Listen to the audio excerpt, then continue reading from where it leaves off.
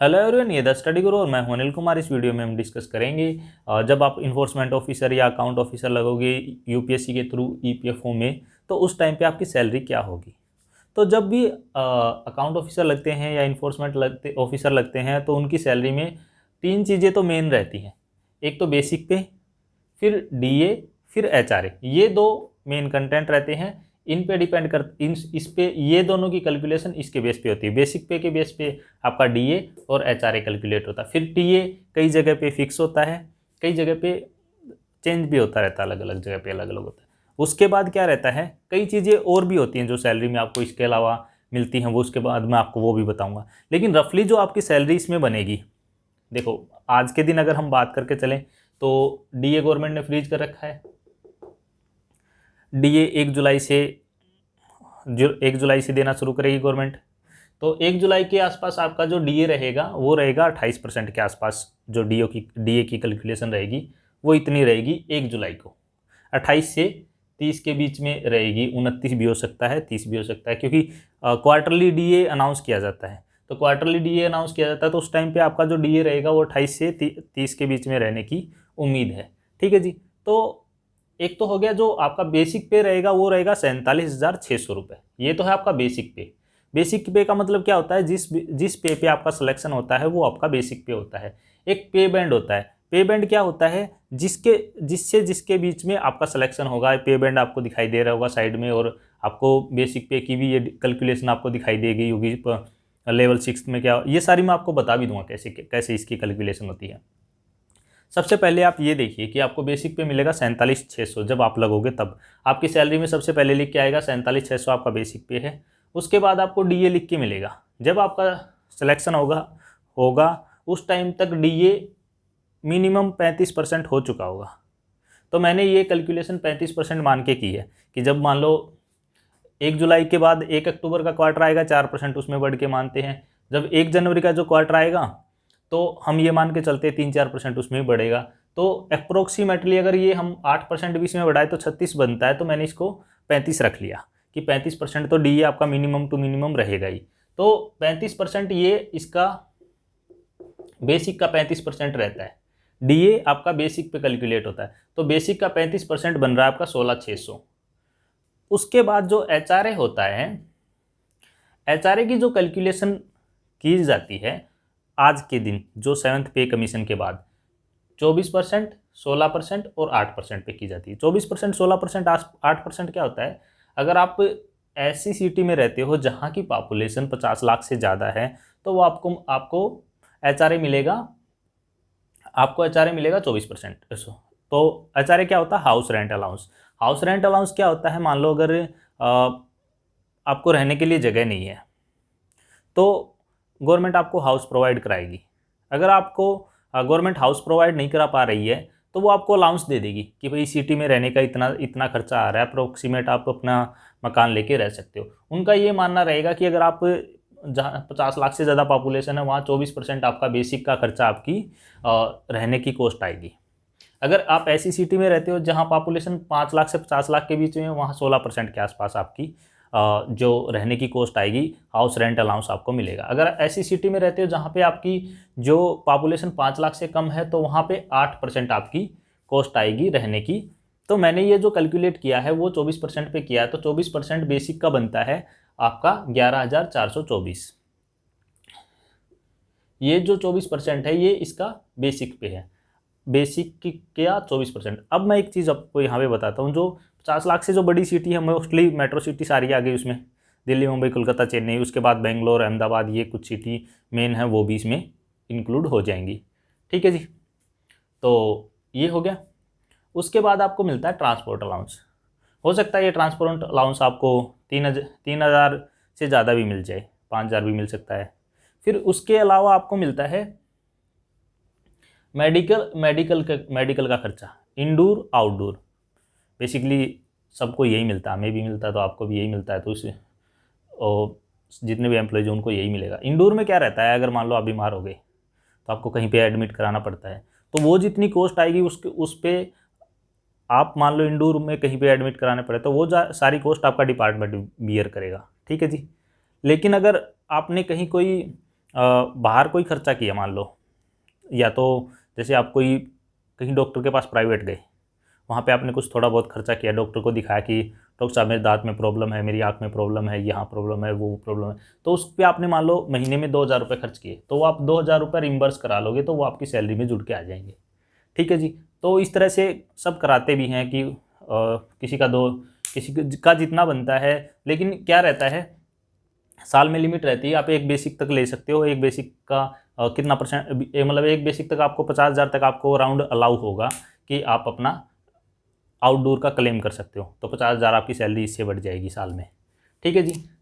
उसके बाद इंडोर तो यंग बच्चे लगेंगे तो इंडोर की तो उनको कम ज़रूरत पड़ेगी, लेकिन उन पे जो डिपेंडेंट है, मान लो हस्बैंड है तो उसकी वाइफ वर्किंग नहीं है तो वाइफ डिपेंडेंट है, बच्चे उसके डिपेंडेंट है, अगर बच्चे नहीं है तो जो उसके पेरेंट्स ओल्ड एज हैं तो जो अगर जॉब नहीं करते तो वो उनके मेडिकल के खर्चे भी यहाँ पे आपके काउंट होंगे। तो इसके अलावा आपको कुछ और चीज़ें भी मिलेंगी। इसके अलावा और क्या चीज़ें मिलेंगी, जैसे आपने मोबाइल लेना है तो मोबाइल के पैसे भी मिलते हैं आप, या जितने भी वो अलाउ करेंगे, 2,000 5,000 10,000 जितने भी अलाउ करेंगे वो मिलेंगे। उसके अलावा अगर आप मोबाइल है आपके पास तो मोबाइल के बिल के भी पैसे आपको मिलेंगे, अगर आपने तो वो सारे आपकी सैलरी में आ जाएंगे। ठीक है जी। और क्या मिलता है हमें, आपको अगर आप ब्रीफ केस लेने जाते हो, ब्रीफ केस का मतलब है अगर आप मतलब ऑफिस के लिए बैग लेने जाते हो तो उसके भी पैसे आपको मिलते हैं, ऑफिस के बैग के पैसे मिलते हैं। और उसके बाद आपको ट्रांसपोर्ट का अलाउंस तो यहाँ पे हो गया, गाड़ी की मेंटेनेंस के पैसे मिलते हैं। तो ये सारी चीज़ें आपको मिलती हैं। और उसके अलावा कुछ चीज़ें और भी हैं, जैसे आपको इंश्योरेंस, ग्रुप इंश्योरेंस मिलता है कि ग्रुप इंश्योरेंस में अगर आपको कुछ होता है तो वो ग्रुप इंश्योरेंस की तरफ से आपको पैसे मिलेंगे। और इनके अलावा और कुछ चीज़ें और रहती हैं जो मैं आपको एक एक करके आगे बता दूंगा। इस यहाँ पे हमने कुछ चीज़ें देखी।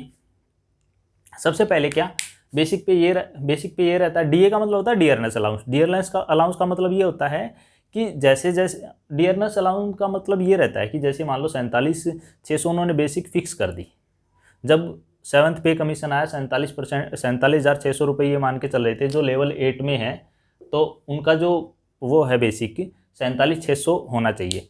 लेकिन क्या है, 47,600 में टाइम के साथ साथ महंगाई बढ़ रही है, तो इसी अमाउंट को सस्टेन करने के लिए ये जो अमाउंट इसमें ऐड हो रखा है, मान लो इसमें ये 16,600 ऐड हो रखा है, तो ये दोनों मिला के 47,600 ही हैं। अगर इन्फ्लेशन की वैल्यू इसको, जैसे हम बात करें, हमारे जो मतलब फोर फादर थे, दादाजी हैं, और उनके पास अगर 5,000 रुपये थे, आज के टाइम पे अगर हम 5,000 रुपये देखें तो दोनों की सेम वैल्यू नहीं है। वो 5,000 रुपये में बहुत ज़मीन भी खरीद सकते थे, लेकिन हम 5,000 रुपये में कुछ एक दिन की पार्टी करें तो चले जाते हैं। तो सेम यहाँ पे कंसेप्ट रहता है कि 2 साल 3 साल पहले जब 7th पे, जब ये कोई भी कमीशन आता है, 7th पे कमीशन, 6th पे कमीशन, 5 के 8th का कमीशन, तो उस टाइम पे जो वैल्यू है, उसके बाद जो उसमें महंगाई बढ़ेगी, तो महंगाई जितनी बढ़ेगी वो ऐड करेंगे तो ये वही वैल्यू आ जाएगी, यानी रियल टर्म में उसकी जो परचेजिंग पावर है वो उतनी ही रहेगी, ये मानना होता है इसका। ठीक है जी। एचआरए का भी यही रहता है, एचआरए भी इन्फ्लेशन बेस पे ही है। एचआरए इन्फ्लेशन बेस पे क्यों, क्योंकि अगर मार्केट में आप किसी मकान में रह रहे तो उसका किराया भी बढ़ेगा, किराया भी जो मकान मालिक है वो इन्फ्लेशन के हिसाब से चार्ज करेगा। तो ये इसके पीछे कंसेप्ट होता है कि आप इस तरह से चार्ज करोगे। ये हो गया जी। और पे बैंड आपके कुछ इस तरह से, वो मैं आपको आगे बताता हूँ। इस पर थोड़ा सा आपने ये देख लिया कंसेप्ट। अगर आपकी कोई क्वेरी हो तो आप मुझे बता देना, मैं वो भी क्लैरिफाई कर दूँगा। इसके अलावा कुछ जो आपने बेसिक देखा, बेसिक पे देखा, उसके बाद आपने डियरनेस अलाउंस देखा, उसके बाद आपने एचआरए देखा, उसके बाद आपने उसमें ट्रांसपोर्ट अलाउंस देखा, फिर आपने मेडिकल देखा। तो कुछ तो ये चीज़ें हैं जो आपको फिक्स मिलनी ही मिलनी है। उसके अलावा ये फैसिलिटी, जो अदर फैसिलिटी रहती हैं आपको सैलरी के अलावा, वो भी मिलती हैं। अदर फैसिलिटी में क्या रहता है, लोन की फैसिलिटी। ये सबसे बेस्ट फैसिलिटी, मान लो आज के टाइम पे आप अनएम्प्लॉयड हो, आपके पास जॉब नहीं है, तो आप किसी भी बैंक के पास जाओगे तो आपको लोन नहीं मिलेगा। मोस्ट ऑफ चांसेस ऐसे ही हैं, वो आपसे आईटीआर मांगेंगे, आपसे रिटर्न के अलावा सैलरी स्लिप मांगते हैं। सैलरी स्लिप नहीं है तो बिजनेस कोई करते हो वो मांगते हैं। वैसे कोई बैंक वाले लोन देते ही नहीं, आम आदमी को ज़रूरत है जिसको। ठीक है जी। तो अगर आप सेंट्रल गवर्नमेंट के एम्प्लॉय हैं तो आप किसी भी बैंक में जाओगे, बैंक वाले आपको भाग भाग के लोन देंगे। दूसरा क्या रहता है, लोन फैसिलिटी में ये फैसिलिटी रहती है, जैसे मान लो बैंक की लोन की रेट चल रही है 10%, हम मान के चल रहे हैं कि जो हाउस लोन है वो 9% पे चल रहा है, 8%, 8.75 या 9%, हम 9% मान के चलते हैं, तो आपको वो लोन 9% से कम ही मिलेगा। या मान लो 9% चल रहा है मार्केट में, तो आपको वो 8% या 8% के से कम इतना कुछ मिलता है। जैसे मैंने अगर पर्सनल लोन की बात करोगे तो पर्सनल लोन भी कम ही मिलेगा मार्केट से। जैसे क्या था, मैंने पर्सनल लोन लिया था, तो उस टाइम पे पर्सनल लोन सबसे महंगा मिलता है, पर्सनल लोन पे रेट चलती है 12-13%। तो मैंने और मेरे सीनियर ने लिया था, तो उस टाइम पे रेट कुछ 8.75 कुछ इतने परसेंट पे मिला था, 8.75 पे हाउस लोन भी नहीं मिलता। तो इस तरह से वो लोन की फैसिलिटी प्रोवाइड कराते हैं, तो ये सबसे बेस्ट रहता है। फिर कुछ पैसा आपका प्रोविडेंट फंड में जाता है। प्रोविडेंट फंड में क्या रहता है, उसमें एम्प्लॉई और एम्प्लॉयर का दोनों का कंट्रीब्यूशन जाता है। मान लो आपकी बेसिक का परसेंटेज गया 11%, जितना भी गया उस पर उतना ही, मान लो बेसिक का आपका, हम मान के चलते हैं ऑन एंड एवरेज आपका 5,000 रुपये या 6,000 रुपये जाता है, ठीक है जी, 6,000 रुपये जा रहा है आपका, 6,000 ही आपका एम्प्लॉयर ऐड करेगा, तो 13-14,000 रुपये तो आपकी ये भी पर मंथ अलग से सेविंग होने लगेगी। अगर आप ये देखोगे 2-3 साल बाद, तो जैसे ही आपकी ये जो सेविंग है 2-3 या 4 साल बाद देखोगे, तो आपकी जैसे ही मान लो आपकी ये 10 लाख हो गई, 10 लाख के बाद आपको पता भी नहीं चलेगा कब ये आपकी वैल्यू 50 लाख कब हो जाएगी। 10 लाख से 10 लाख पहुंचना थोड़ा सा मुश्किल रहता है। 10 लाख के बाद तो इसमें इंटरेस्ट ही इस तरह से वो जो एक तो होता है सिंपल इंटरेस्ट, दूसरा होता है कंपाउंड इंटरेस्ट। इसमें कंपाउंड इंटरेस्ट चलता है, तो फिर और रेट भी अच्छी मिलती है, दूसरा सेफ है। फिर रहता है मेडिकल अलाउंस। मेडिकल अलाउंस में क्या है कि वो आपको मेडिकल अलाउंस ही दे देंगे। चलो जी, आपको मान लो कई हैं, जैसे आप यंग बच्चे लगेंगे, तो यंग बच्चे लगेंगे तो उनका क्या रहेगा, उनको तो मेडिकल का खर्चा करना है नहीं ज़्यादा, तो वो उनको खर्चा नहीं करना है, तो उनके पैसे भी नहीं लग रहे, तो वो क्या करते हैं, मेडिकल अलाउंस भी दे देते हैं कि आपका लगे या ना लगे, आपको इतने पैसे हम दे रहे हैं, आप मार्केट से अपनी दवाइयाँ ववाइयाँ जो भी खरीदनी है खरीद लेना। तो 50,000 के आसपास आपको ये फ़ायदा हो जाएगा। फिर है कन्वीनियंस मेंटेनेंस। अगर मान लो आपके पास कोई व्हीकल है, उसकी मेंटेनेंस भी तो करनी पड़ेगी। अगर व्हीकल नहीं है तो गवर्नमेंट प्रोवाइड करा देगी। अगर आपके पास खुद का व्हीकल है, तो आपका जितना डीजल या पेट्रोल का खर्चा लगता है वो आप रिम्बर्स करा सकते हो, प्लस उसकी मेंटेनेंस के पैसे भी आपको मिल जाएंगे।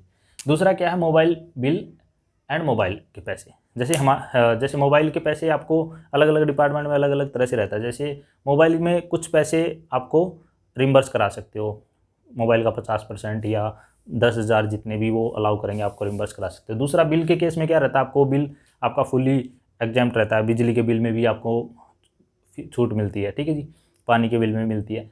मेरे केस में क्या है, मेरा जो नंबर है वही गवर्नमेंट का नंबर है, तो मेरा एक पैसा भी बिल नहीं आता। तो इस तरह से आपको भी मिल जाएगा ये हम लोगों को। फिर रहता है इंश्योरेंस अलाउंस। इंश्योरेंस अलाउंस क्या रहता है, जैसे मान लो आप कोई इंश्योरेंस लेते हो, लाइफ इंश्योरेंस लिया आपने, हेल्थ इंश्योरेंस लिया, ये लिया, तो उसकी या तो आप उसको रिम्बर्स कराने की फैसिलिटी देंगे, नहीं फैसिलिटी दे रहे तो आपको इंश्योरेंस अलाउंस दे देंगे वो। फिर रहता है न्यूज़पेपर का और मैगजीन का। न्यूज़पेपर और मैगजीन में क्या रहता है, अगर आप कोई मंथली न्यूज़पेपर लगवा रखा आपने, कोई 1-2, या फिर उसके अलावा आपने कोई मैगजीन लेते हो, तो उनके पैसे आपके सारे रिम्बर्स हो जाते हैं। या फिर अगर आप नहीं लेते हो तो भी आपको इतना अलाउंस या इनके पैसे मिल जाते हैं, मैगजीन के और न्यूज़पेपर के।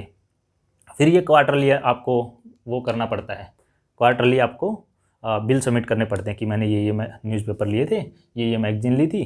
तो फिर उसके, या फिर आपको वो रैंडमली 1,000 रुपये 1,500 रुपये क्वार्टर के, मतलब क्वार्टर का ये मान के कि भाई 1,500 के हिसाब से 4,500 रुपये आपको एक क्वार्टर में न्यूज़पेपर और मैगजीन के दे देंगे।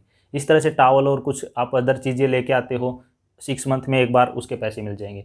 चश्मा, मान लो आपने चश्मा वगैरह लिया, चश्मा बनवाया या फिर आँखों के लिए कुछ कराया, उसके आपको पैसे मिलते हैं। 10,000 तक आपको चश्मे के पैसे मिल जाएंगे। उसके अलावा हैंडबैग, अगर आप कोई हैंडबैग वगैरह लेके आते हो, या फिर ब्रीफ केस या ऑफिस जाने के लिए कोई लेके आते हो 1 साल में या 2 साल में एक बार, तो आपको उसके पैसे मिल जाते हैं। तो ये सारी चीज़ फैसिलिटी आपको सैलरी के अलावा मिलती है। ये अब इन सबको क्या बोलते हैं, इन सबको बोलते हैं CTC। एक होता है आपका सैलरी। 3 चीज़ें होती हैं बेसिकली। 3 चीज़ें क्या क्या होती हैं, एक तो होता है सैलरी, एक होता है एक होता है ग्रोस सैलरी, तीसरा होता है नेट सैलरी।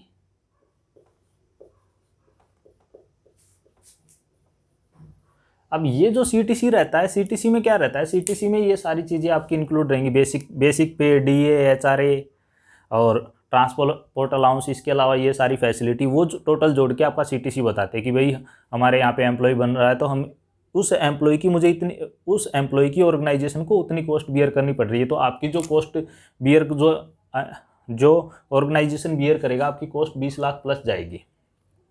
आपकी जो कॉस्ट है ऑर्गेनाइजेशन को 20 लाख प्लस जाएगी, 20 लाख प्लस आपकी कॉस्ट रहेगी पर ईयर की ऑर्गेनाइजेशन को।